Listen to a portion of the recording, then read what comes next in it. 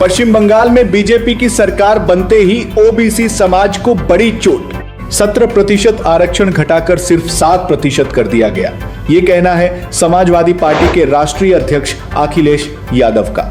नमस्कार, आप देख रहे हैं 4AM टुडे और इस वक्त की सबसे बड़ी राजनीतिक खबर पश्चिम बंगाल से सामने आ रही है, जहां ओबीसी आरक्षण को लेकर सियासत में जबरदस्त घमासान शुरू हो गया है।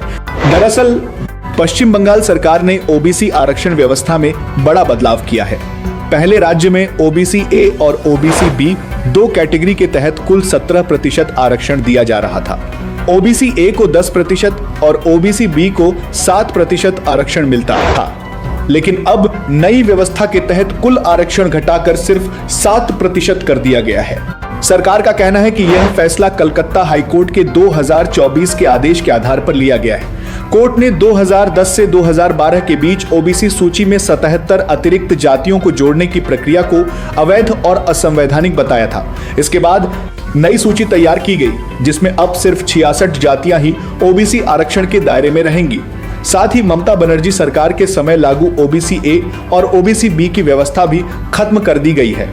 इसी मुद्दे को लेकर अखिलेश यादव ने बीजेपी पर हमला बोलते हुए कहा कि बीजेपी कभी भी दलितों, पिछड़ों और वंचित समाज का भला नहीं चाहती। उन्होंने कहा कि आरक्षण किसी की मेहरबानी नहीं बल्कि संविधान से मिला अधिकार है और अगर किसी का हक छीना जाएगा तो समाजवादी लोग चुप नहीं बैठेंगे। नई सरकार भारतीय जनता पार्टी की जो बनी है, उसने ओबीसी का आरक्षण 17% से 7 कर दिया। बताइए, 17% से 7 कर दिया। और यूपी में तो लूट ही नहीं, इसीलिए आपको किताब छपा के दी है। वहीं बीजेपी का कहना है कि उनकी सरकार कोर्ट के आदेश और संवैधानिक दायरे के अनुसार काम कर रही है और किसी भी वर्ग के साथ अन्याय नहीं होने दिया जाएगा। लेकिन अब सबसे बड़ा सवाल यही है कि क्या ओबीसी आरक्षण का मुद्दा आने वाले चुनावों में सबसे बड़ा राजनीतिक हथियार बनने वाला है? क्या बंगाल से उठी ये सियासी लड़ाई अब पूरे देश में बड़ा आंदोलन बन सकती है? फिलहाल पश्चिम बंगाल में आरक्षण को लेकर सियासत तेज हो चुकी है और इसकी गूंज अब दिल्ली तक सुनाई देने लगी है।